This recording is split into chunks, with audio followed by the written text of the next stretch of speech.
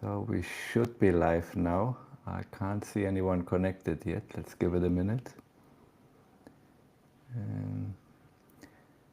If anyone is listening already, we're streaming to several platforms at once. So we're just trying to make sure it's viewable everywhere.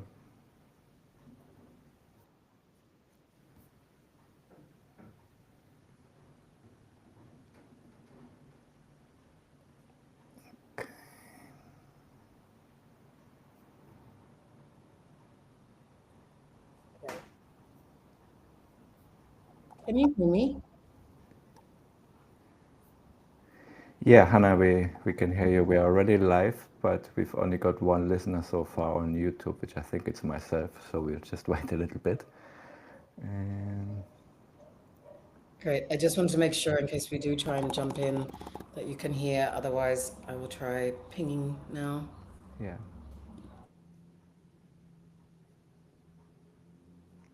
Okay.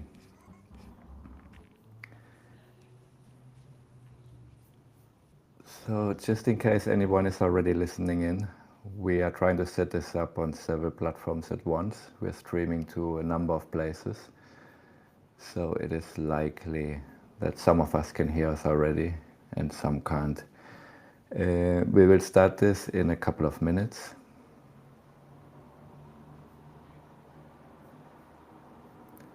And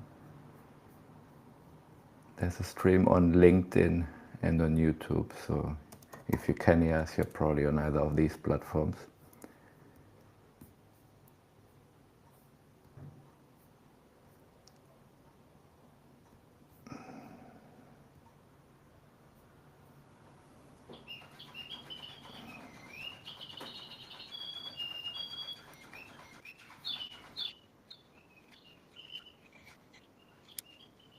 Okay.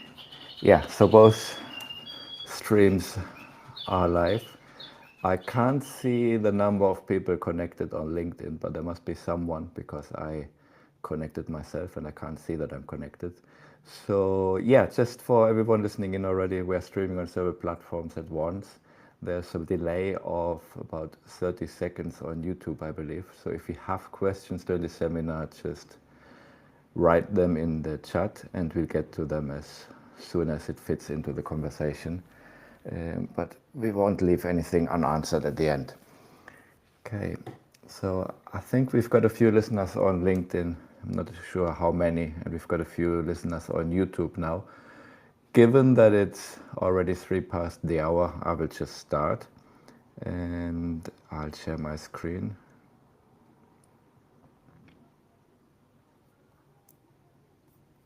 And hopefully now a presentation should pop up.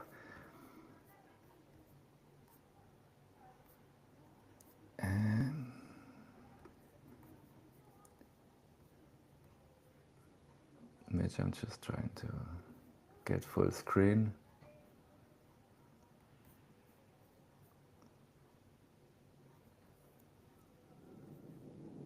Okay, so yeah, I think we are good to go. Thanks everyone for joining. Those of you that have joined, as I said before, we're streaming on 2 platforms at once. I don't have an exact control over how many people are listening right now, and hopefully I'll see the question pop up here. We've got a couple of people here to help collating questions.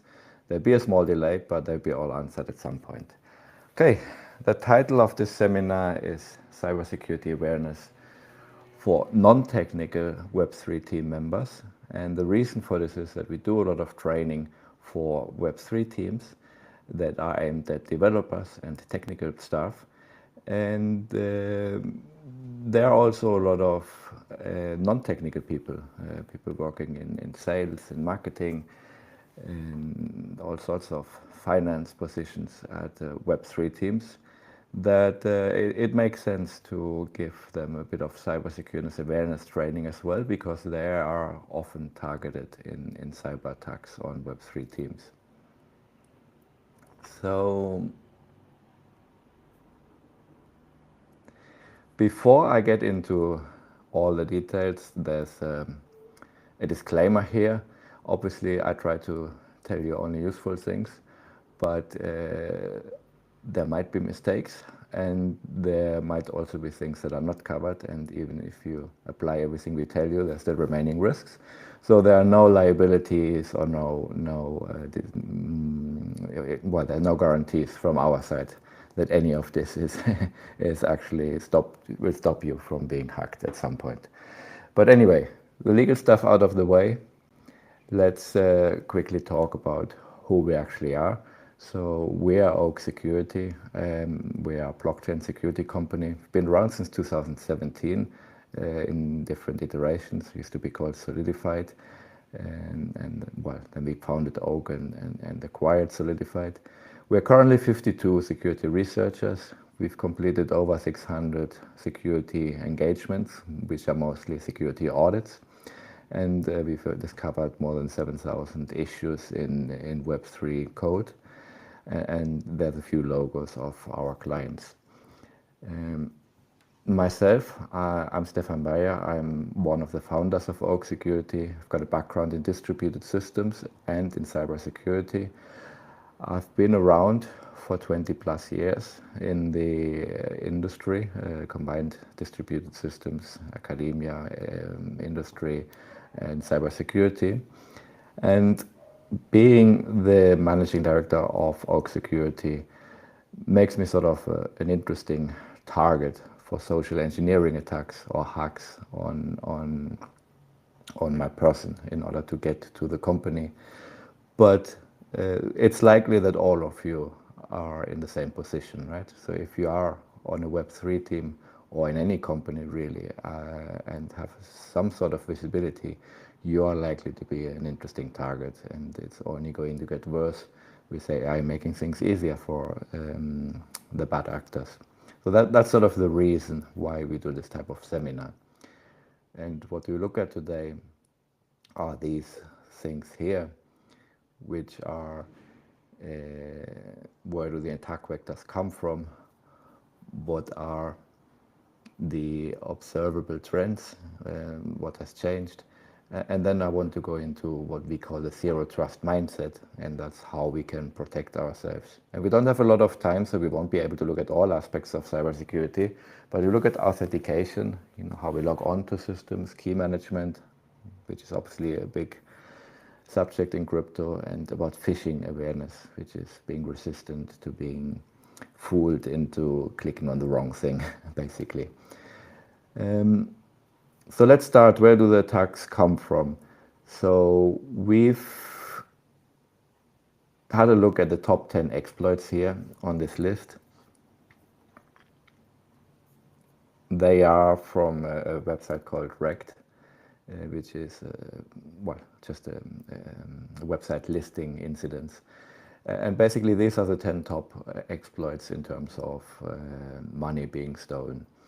And what we can see here, if we go through them, and when I do that in a longer talk, I go through them one by one, but basically all these that I've marked here have to do with human elements rather than very clever exploits of the infrastructure or the, what do you call it, the smart contracts or the protocol itself. It's all attacks that happened by basic social engineering, fooling people into clicking on the wrong thing or giving away their passwords, or by people, insiders, stealing certain things. So it's all the human aspect that is important here. So that's on this list, depending on our account, 50 or 60% of non-technical causes of exploits. And we looked, of course, deeper into these things, but as every cybersecurity analyst will know, humans are sort of the biggest risk in cybersecurity. And for cybersecurity professionals, humans are a nightmare. So we are really the weakest link in the chain. And just to emphasize this, there's a personal anecdote of something that happened to me where I was almost exploited or almost attacked successfully. And I do that in a longer way, with much more detail when we have the technical session. But in this one here, I just want to say I was invited for a podcast, everything looked legit. We do, of course, due diligence. There were social media profiles of the person interviewing me. There was a website with episodes. There was a company supposedly behind it. That all looked legit. And anyway, I signed up for it. And by the time I came to connect, I got this message here asking me 4 minutes before I was meant to join why I was late. And then I realized I didn't have a connection link actually. So I asked for one and got sent this link here, which is a suspicious link. So there are a few red flags in this interaction, and just to highlight how carefully this was engineered to fool someone like me who knows about cybersecurity. I was pinged 4 minutes before the start date of the supposed meeting. So you're meant to be interviewed, and 4 minutes before that, you're sort of getting accused of being late. And that's deliberate because it creates time pressure, makes people nervous, stops people from thinking clearly. And you see I wrote back here, I even had a spelling mistake because I was in a hurry. And then I get a link where to connect. And then the red flag here that it's not the usual conference softwares we tend to use. But again, that's not that unusual when you talk about a podcast, right? Because, I mean, we are now streaming on different platforms and using a software for it. It could be maybe something specialized. So I clicked on this and got to this download page, and then, that's really a big red flag. There was a download. These days, you shouldn't have to download conferencing software. You can usually connect through your browser. But, there are things that you can download, like Zoom. So again, not too unusual. So I got suspicious, and in the end I downloaded it and investigated before installing, and it became clear that it was a software that was meant to install on my system to install some form of malware, stealing passwords, crypto keys, or whatever they were planning here. So I obviously broke off contact and got away with it. But it just goes to show how sophisticated these attacks are now. They knew exactly what we worked in, what my personal profile was, and what I should or shouldn't do. So it is very deliberate and very clever. So the conclusion of this is that anyone can be phished or social engineered, can be tricked into clicking on the wrong thing at some point. If a cybersecurity professional can have this problem, it can happen to anyone. So it's a question of not if, but when this will happen to your company or someone in your company. And that's concerning, right? So that's why we have to look at things differently. In addition, things are not made easier by the way we work these days. Like Web3 companies or most modern startups now work very differently than they did 10 years ago, right? We're often geographically dispersed. We work in different countries remotely. There's a flat hierarchy. There's usually not a system administrator in place who sends laptops to everyone who works with us. It's just very dynamic. It's fast-paced, we work fast, we don't have time for security often, or at least, companies are under this assumption. And we work with contractors, right? A lot of us are not even employed in a company. We are in a different country and we're sort of a freelancer. That means we probably work with our own laptop. It's sort of what we call bring your own device in cybersecurity or in system administration. And bring your own infrastructure, right? If you're working from home, you're using your own laptop, you're using your own device, you're your own system administrator. Nobody has set this up for you securely. And you sort of use your own router, your own internet connection, and that doesn't make things easier. Also, there's a cloud first type of framework now where everyone works on the cloud, be that Google Drive or Google Workspace or whatever, different types of platforms, but everything is on someone else's computer and running on something you don't control. There's very little security policy because of this in place, and you can't really impose the barriers that you would normally impose in a traditional company as a cybersecurity analyst or so a cybersecurity professional. And that sort of means we have to work very differently when we want to be secure. And I want to introduce a concept here which we call the zero trust assumption, which basically means you assume you have already been breached, right? You assume your device, your computer is compromised. You assume your colleagues are compromised, that they have something bad installed on their system. And you assume that anyone who is contacting you is malicious, right? Knowingly so or even unknowingly, right? And you assume all software you receive or have to install is malicious. And you assume every file you receive, every PDF, every document is malicious, right? Because you can even be hacked by a malicious PDF file, really, if your computer is set up in a certain way. And assuming this, it's not about paranoia, right? So we don't have to panic about anything, about everything, and be paranoid about who we talk to. It's exactly the opposite, right? The zero trust assumption assumes, because we don't trust ourselves even, we set up everything in a way that makes breaches harmless, right? So the idea is not to never be attacked, because that will happen sooner or later. The idea is not having to worry about it, right? So if the worst case scenario is a very light worst case scenario where not a lot happens, then I don't really have to worry about it. That's the whole idea. And that zero trust mindset is what we want to get across here. So as I said, we set everything up so that an attack becomes harmless.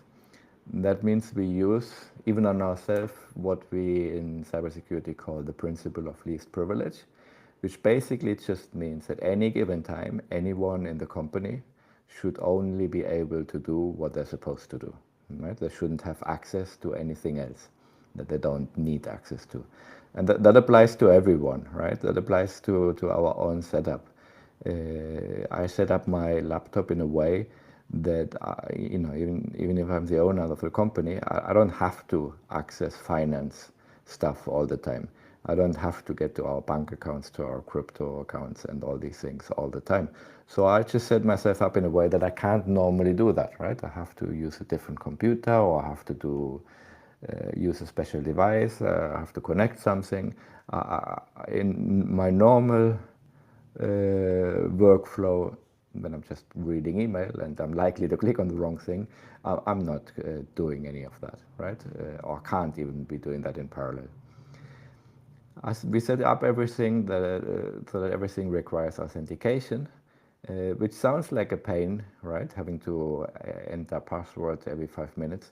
But there are ways to make this almost seamless. And we'll talk about this in a minute when we get to using passkeys instead of passwords. And basically, the whole idea is about damage limitation when resources are compromised. An example would be if a team member's laptop is infected or even stolen, nothing valuable is on there. That nobody can use anything that is there. The keys we use for interacting with our crypto accounts and other things are not stored on our device directly, right? So if anyone gets onto the device, they can't steal them. And of course, one compromised device should not infect another. So if my device that I use for using email and things like this could compromise my device where my keys are stored, that would be the same result. But we're setting things up to avoid that. And that's what we're going to look at now in a couple of areas, authentication and key management, really. There are much more things where this principle applies, but just thinking this way already helps a lot, even if we don't have time to look at everything. So I've mentioned always require authentication, right? So we have everything set up that we have to authenticate, and the question then becomes, of course, how can we authenticate securely, right? What is the best method of authentication?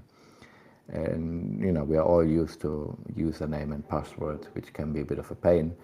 And there are different ways and better ways, and there are also safer ways to deal with usernames and passwords as we usually or traditionally it's been done. So of course there are the basics, right? So we've all had lists like this, and we've heard of making passwords secure. Every platform seems to have different requirements for this, right? So if you need to use a password, it should have a certain number of characters. It shouldn't be a recognizable word in a dictionary. It should have special characters or all that type of thing. With different opinions on what is a secure password, but in general we agree that password or 12345 is not a secure password, right? So just don't do that sort of thing. Don't reuse passwords and accounts between different platforms. Makes, of course, a lot of sense. And also make a difference between usernames you use for private and professional accounts. And we'll talk about this separation of private and professional setup later in this seminar. It's very important. Use a password manager, right? So these days they're built in a lot of software operating systems. So the browsers often have this. iPhones and Mac ecosystem devices in general have password application that plugs in nicely into the browser. So you don't have to remember all these different passwords. You can have them in a password manager.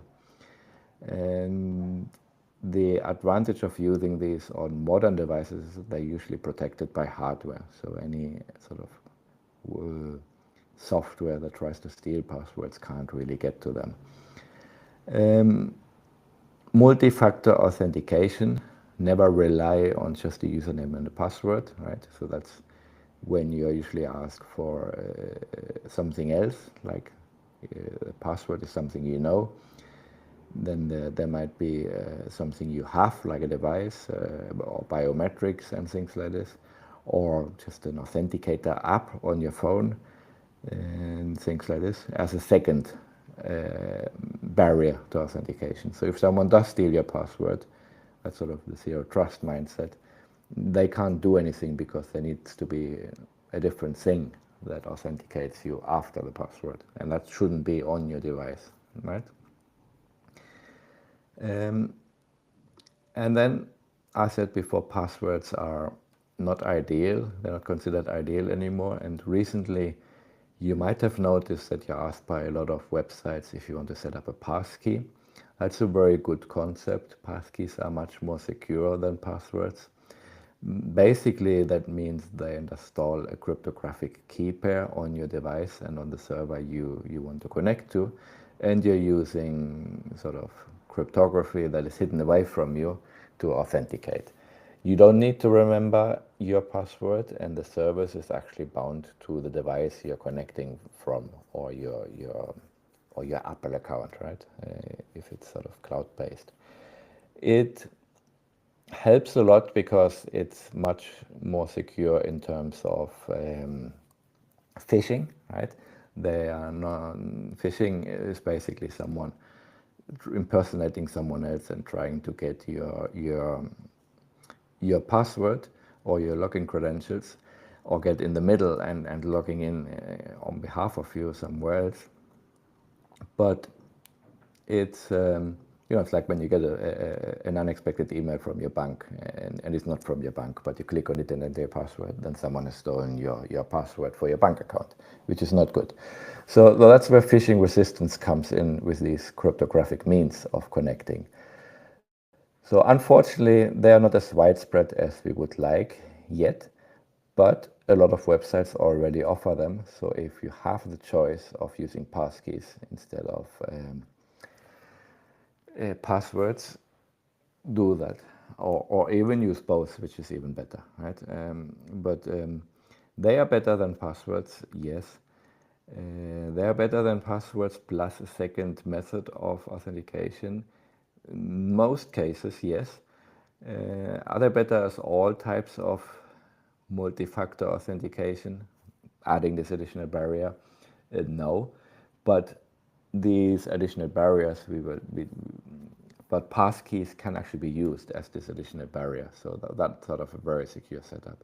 So you can get passkeys now when you're working with Google. You can get them on Microsoft services or on quite a lot of websites.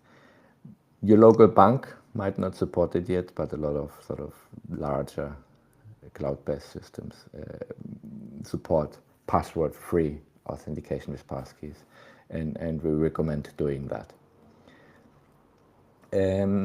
Then I've mentioned this second factor of authentication, or third or fourth, how many factors you want, basically adding these additional barriers.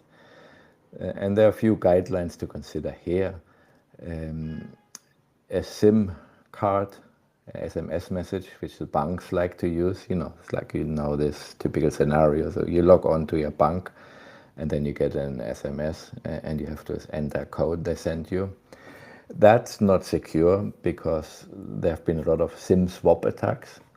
SIM cards are very easy to clone, and it's very easy for an attacker to make a copy of your sort of telephone number of your SIM card and get hold of your credentials that way. Then there are apps which you can install. A well-known one is Google Authenticator. There's also Authy. The password manager for Apple devices now supports authentication app functionality. Basically, it is that you get a code, a one-time password. It's an additional password that is only valid for like 20 seconds or so, or 30, and it changes according to a cryptographic algorithm. So you cannot guess what the next number will be that is valid during the next 20 seconds. Obviously, that sort of protects you because the window for an attack is 20 seconds, but they can still sort of get your credentials and within these 20 seconds forward to your login. So it's not entirely phishing resistant, but a bit more than a SMS feature. But the most secure way is to buy one of these devices that I have here on the right. There's an image. It's a small USB device, which is a hardware security key. They are very cheap and they're really recommended for essential services, like your main email account, and your bank account if your bank supports them. Most banks unfortunately don't, but Google does, and so does Amazon and these services. So they're quite good. One popular company is called YubiKey. There are others. Whenever you buy them, you should make sure they support certain standards, which I've listed here. The latest is 502. They all do, unless you buy an old device. So that's not something you should worry about too much. But basically what these devices do, you plug them into the USB port, you press your finger on it to activate it. Some have actually fingerprint recognition, others is just like a button, but you actually have to do something physical. And then some cryptographic authentication via passkeys will go on. So you can either use these on their own, or as we recommend, as a second factor of authentication, combined with an on-device passkey or even a username and password combination. They let you set a PIN, which is also good to do. So you have to enter a PIN as well, which is extra safe. And this is really what we recommend for security critical accounts. We also recommend to have 3 copies of your hardware security key, for the very simple reason that once you lose this, your access is gone, right? So you need to be a bit more self-aware on how many backups you have and where they are stored. 3 copies. The reason for 3 is because you want one on you usually, maybe even on your keyring. Another one you want at home in a secure place, and then you want a third one in a geographically different secure place, because if your house burns down, you lose your keys as well. So you want a third backup, probably, unless the account is not important, but then you probably don't need a hardware key in the first place. But anyway, recommend looking into these. They're very easy to use. Unfortunately, some services integrate them badly still, but they work quite well with Google accounts, Amazon accounts, and things like this. There's still remaining risks to consider, right? Obviously, if your web browser is compromised, it can tell you different things, and you might be signing on without realizing if you connect your key. So that's a remaining risk. It's difficult to do this type of attack, but it is possible. And the other obvious risk is if you buy these things on eBay and they're compromised, right? Always buy them from the official provider. If you want a YubiKey, buy them from the YubiKey store, not from some guy on the internet, right? Should be obvious, but a lot of attacks have happened this way. Okay, so that's sort of traditional authentication with passwords, usernames, and all the alternatives. In crypto, obviously, we deal with keys, right? So for the very non-technical explanation, the cryptographic key is basically what's protecting your account. It's what behind your seed phrases in your wallet. It's stored in your wallet somehow, or it's derived from the seed phrase, which is stored somewhere. And it's very important that you don't give that to anyone, the private key. And it's very important not to lose it, of course, because if it is a Bitcoin controlling key, it's not like you could go to your bank with your passport, identify yourself, and get access. If you lost access to your account, basically you're stuck. And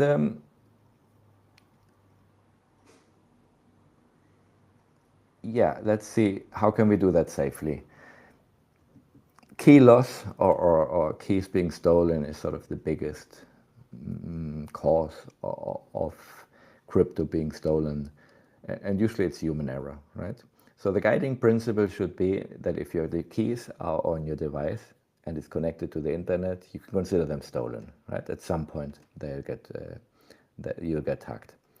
It's almost impossible to prevent with the type of malware attacks we are seeing these days. So we have to keep them somewhere else, and we call that either a secure enclave, which is sort of a piece of hardware that you use for signing, where the keys are stored. Basically, a secure enclave is a chip that you can have on your computer, but preferably on a different device, where the key physically can't leave, right? Any signature, transaction signature, any Bitcoin movement you do will be done on the device itself, or the cryptographic stuff that is going on in the background will be done in a way that it's impossible to get to from the outside. And ideally, these keys are air-gapped. That device you're using is air-gapped, means there's a gap of air literally between between your computer and the signing device. So there physically can't be any communication unless you really want to. Now, of course, air-gapped doesn't mean you're connected via a wireless network. It usually means, in practical terms, that you have a USB connection, right? So you get wallets that live on a little chip, which is protected, a very secure device, and it connects via a USB cable. And that USB cable only follows the USB protocol and is very restricted in what type of data can go from one end to another. And the keys cannot be attracted via the USB interface from your hardware device.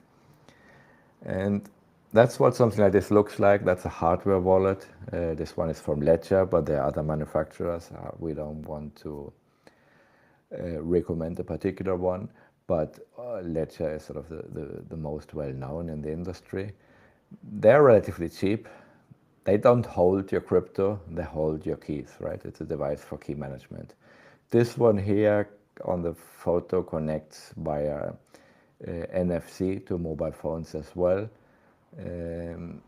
I always switch that off. I just use them for USB cable connection, which is very secure. Right? So basically, the same applies to what we've mentioned with the hardware keys for authentication. Don't buy them off eBay. Don't buy them at the street corner. Buy them officially. Make sure they are sealed. When you set them up, you have to generate the keys. They never leave the device. You'll get a backup, which you have to write down.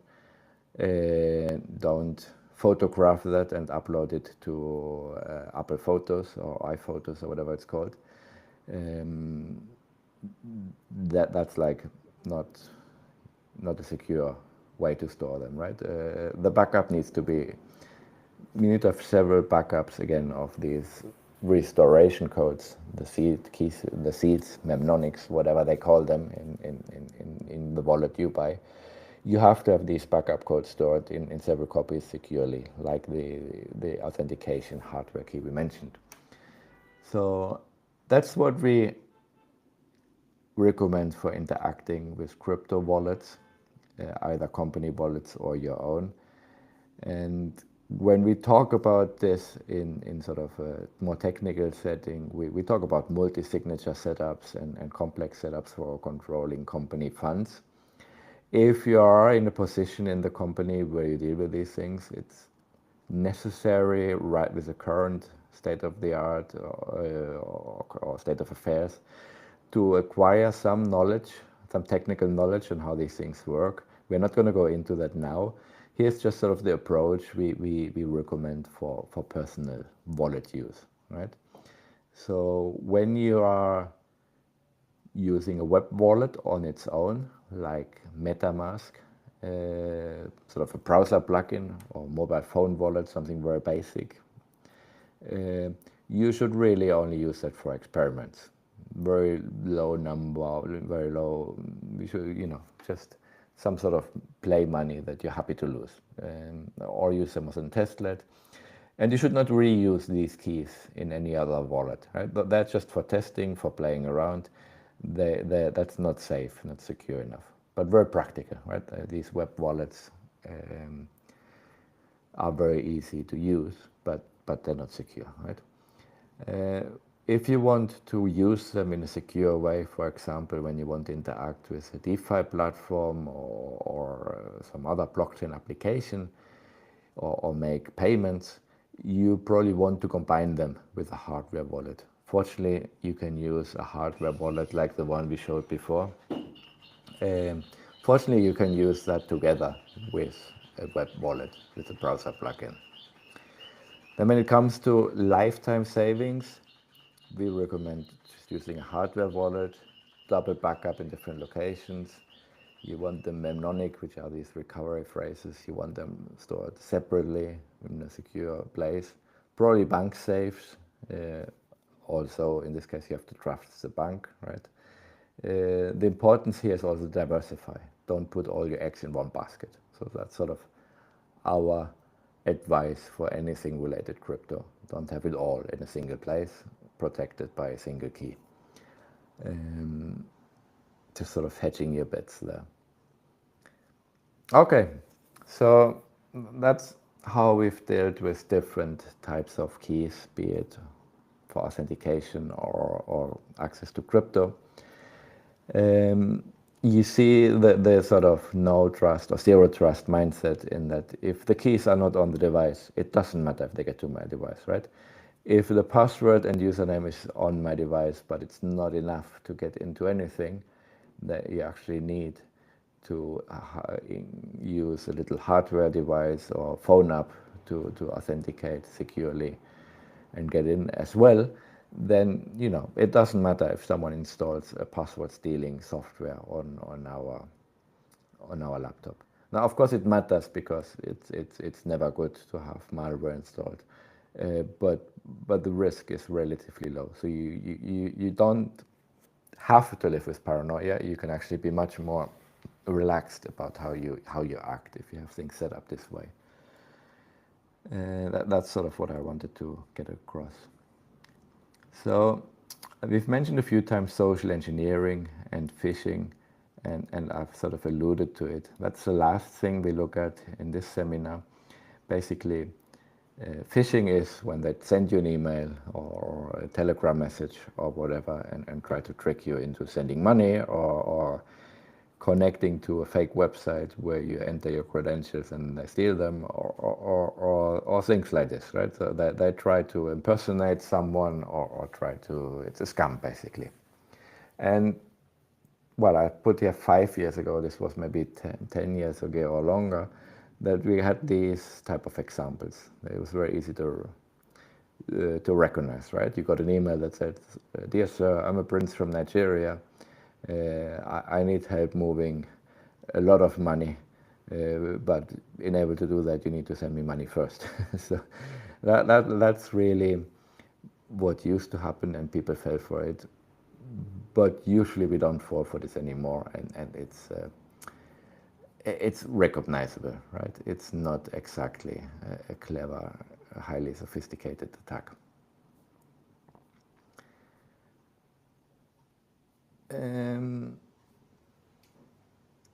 So now people are much more clever, right? This is an example that has been around recently, and it's happened to some of our clients actually, where it's again a situation where you're put under pressure by someone. And basically the trick here is people know what you're doing. They pose as clients maybe. If you're a business dev, a business developer, or anyone who has meetings, you might be asked into a meeting. You're using Zoom, and suddenly someone says, "To explain this, can I quickly share my screen?" Which is a perfectly normal thing to say in a meeting, but because it has to be quick, and usually when you want to share the screen, you have to ask the host for permission, and so they're asking you to unblock the screen sharing for them. But what they actually do is asking for access to your controlling your whole computer. And because you're expecting a screen share, because you are in a meeting, because you already trust these people, because after all, they've been very polite, know everything about your business, and got on a meeting with you, you don't even read what's in this box. That can happen to anyone, right? So you just click on grant permission, and basically you've given someone else control over your whole system. And that has happened to a lot of crypto projects, that they got tricked into this. And not, this doesn't happen to stupid people. This happened to people that are put in a situation where they put their guard down and then suddenly face time pressure or something like this. So you have to be aware of these things. And obviously the trick of these people is to know as much as possible about you, not just for this type of attack, for all sorts of public phishing and social media attack. The typical trick where you get a message that you're waiting for a parcel, and you have to click someone and authenticate with your Amazon settings, Amazon password to make something happen, reschedule or whatever. That trick only works if they actually know you're waiting for a parcel, right? So they have to have information on you. And one way to prevent people gaining, or even an AI, an artificial intelligence, gaining information on you, is to keep your public persona to a minimum and to keep social media very separate from private life and public life, right? Don't provide more information than necessary. Don't dox your location, your home address, your hobbies, your family in your business environment if you don't have to. It's the same advice the police give when you go on holiday. Don't don't tell everyone that your house is empty. If you have to make public announcements, do that after you've arrived back home. It's exactly the same things, but in crypto and a lot of sort of social media, we let our guard down, and we are very generous with information. So we have to be careful there. Keep social media accounts separate. If you're into surfing, don't use the same account for participating in surf discussions on the internet as you're using for your business life, right? Nobody in business is really interested what hobbies you have or where you go on a Sunday morning to pass your time. So that sort of advice is very important. And for some reason, crypto, Web3 people are very open about their personal life on X, Twitter, whatever you want to call it, right? So that's something to watch out for. So here's just some general advice. What I've marked here in red is really not sort of in the realm of a non-technical person. You know, you wouldn't, for example, I put here run suspicious things in a sandbox. You don't have to do that yourself, right? But if someone sends you some suspicious, ask someone who knows about cybersecurity in your organization to run it in a safe environment and check out that it's legit. Use secure and authenticated communication, right? If you don't know how to do that, ask someone in the company that knows. Someone should know, and if your company doesn't know how to do that, they should talk to us, right? But there are ways to set up an email so that you're much safer and know where things come from, and that's important. But in general, what everyone can do is to be aware of unrequested communications, sort of cold outreaches that look too good to be true. Don't click on links in your emails, right? If you get a notification that your bank needs some details, don't click on the link. If you think even if you think it's legit, go to your bank directly on the website, log on there, and then you'll see the same notification if it is legit, and if it's not on there somewhere, it's probably not. So never click on a link in an email if you can avoid it.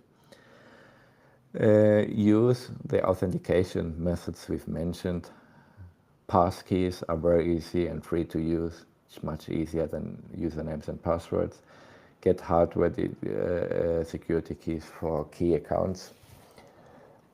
When you use PDF readers, make sure they have the embedded scripts disabled. You can actually execute code from a PDF file.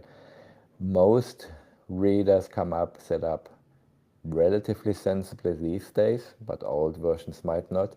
And even the default configuration might not be the most secure. So if you go into the settings of your PDF reader, you can prevent certain attacks just by switching off scripts. You don't need in most PDFs executable code, so you can disable that. And then obviously know about the red flags, right? Someone is sending you something that is too good to be true out of the blue. It's probably too good to be true. It's probably not true. If someone asks you to use unusual tools in a meeting that is on some software you don't know, be suspicious, right? Ask someone about it. If someone knows a lot about you and it's unexpected, that's also suspicious. And above all, time pressure, right? It's very easy to make mistakes when someone, must do this within the next 10 seconds, otherwise the opportunity is gone. That's never the case in a real world opportunity. It's only the case when someone wants something, doesn't want you to look at something too carefully, right? So that's sort of the gold standard for being aware. But as I said, even if you are aware, you can be tricked. Everyone makes mistakes. And in that case, you should have the zero trust assumption, right? So you should have everything set up that nothing can be stolen. So make phishing harmless by having this sort of mindset. And that sort of concludes all I had to say about the subject. There's more to operational security, of course. There are things to do with team management, secure development workflows, secure communications. How can you be secure on Telegram, Slack, and all these platforms? How can you share data and documents securely? All these things are important. How do you choose your suppliers carefully? Which tools should you use? That's all sort of things we can help you with, either in training or in form of consulting. We offer a longer version of this course for free, which is for a more technical audience. That's 2.5 hours long. And we also have a paid version, which is one-on-one or in a small setting where you can ask very specific things. Obviously, there's more content, but also you can ask confidential things about your company setup. It's under NDA and it's very internal only, right? So there are things that obviously we are on a streaming platform, and I don't know if we had any questions in the chat, but you probably don't want to ask confidential things about your company in this environment, but you can in our paid version of this course. And yeah, this is just a slide which is more technical, but this is what we offer for companies. I don't want to go into that. I just want to say that in every phase of a Web3 project, we have something to where we can look at security. So just talk to us. And the best way of talking to us is using the links on this slide, which we will probably put in the, we'll send these out as well. We won't send out the slides because last time someone stole them and used them for something else. But we will make these links clickable somewhere. So we have a website, of course. You can set up a call with me here using this Calendly link. You can write to us, and our Twitter account is SecurityOak. So I don't know if we've had any questions. I even don't know how many people are listening to us. I had a number on my screen when we started, but now that number is gone. So I don't know if there's anyone still connected. I didn't see any numbers at all for LinkedIn, so maybe we have a lot of questions over there. We've got Hannah and Swetha collecting these, but I've not seen any here, so maybe there were none. Because there's a bit of a delay in me talking in the stream, I'm just making time. As you see, I'm waffling on a bit. That's just to make sure we have enough time to get questions in. But it seems there are none. So if there are any questions, I know we've done this before in like a Google Meet in small groups, and it was much more interactive. On the streaming platform, it's harder. We tried it out this time. Let's see how it goes. But as we don't see any questions here, we'll just end it here. Thanks for those that made it to the end, and also to those that didn't. There should be a recording on YouTube of this, which we'll link on social media as well.